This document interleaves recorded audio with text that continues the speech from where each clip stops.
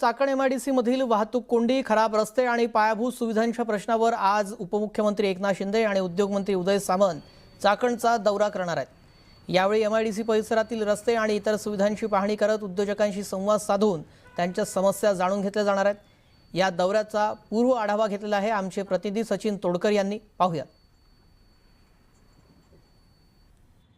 आशिया खंडातील सगळ्यात मोठी पंचतारांकित औद्योगिक वसाहत व सगळ्यात मोठी ऑटोमोबाईल इंडस्ट्री म्हणून प्रख्यात असणाऱ्या चाकण एमआयडीसीला आता रस्त्यांच्या खड्ड्यांचं ग्रहण लागले।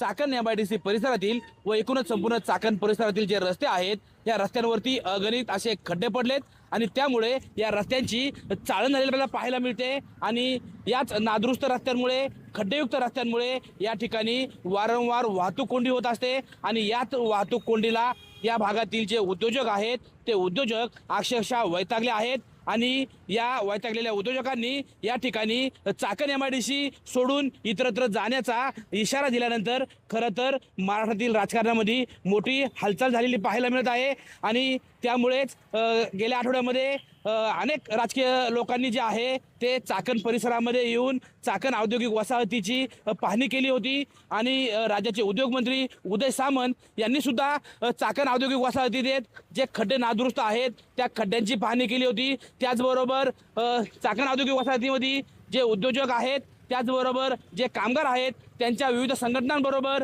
आणि विविध विभागांच्या अधिकाऱ्यांसोबत उदय सामंत यांनी एक महत्त्वाची बैठक चाकण या ठिकाणी घेतली होती। या बैठकीला राज्याचे उपमुख्यमंत्री एकनाथ शिंदे हे व्हिडिओ कॉन्फरन्सिंगद्वारे या बैठकीत सहभागी झाले होते आणि या भागाचे खासदार डॉक्टर अमोल कोल्हे, त्याचबरोबर आमदार बाबाजी काळे, माजी आमदार दिलीप मोहिते पाटील हे सुद्धा या बैठकीमध्ये सहभागी झाले होते।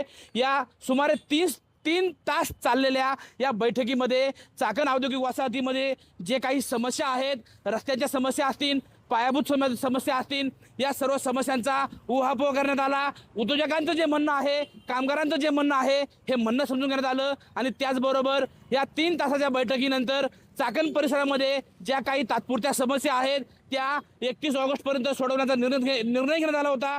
त्याचबरोबर ज्या दीर्घ स्वरूपाच्या समस्या आहेत त्या सोडवण्यासाठी 10 महिन्यांचा कालावधी निश्चित करण्यात आला होता। मात्र आता 8च दिवसामध्ये या ठिकाणी आज चाकण एमआयडीसी परिसरातील रस्त्यांची पाहणी करण्यासाठी राज्याचे उपमुख्यमंत्री एकनाथ शिंदे व राज्याचे उद्योगमंत्री उदय सामंत हे आज चाकण एमआयडीसीचा पुन्हा दौरा करत आहेत।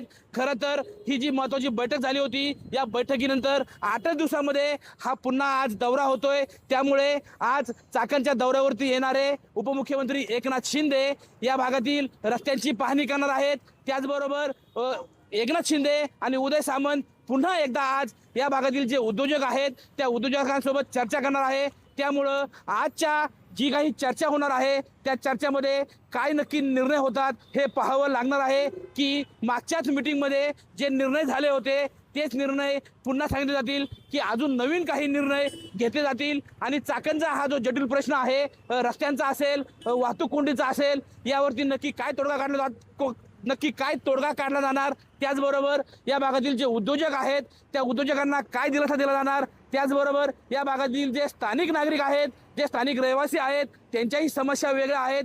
या स्थानिक रहिवाशांसोबत उपमुख्यमंत्री एकनाथ शिंदे आणि उद्योगमंत्री उदय सामंत हे चर्चा करणार का, या स्थानिकांच्या समस्या समजून घेणार का आणि त्यांच्या समस्यांचं निराकरण करणार का हे आता पाहावं लागणार आहे।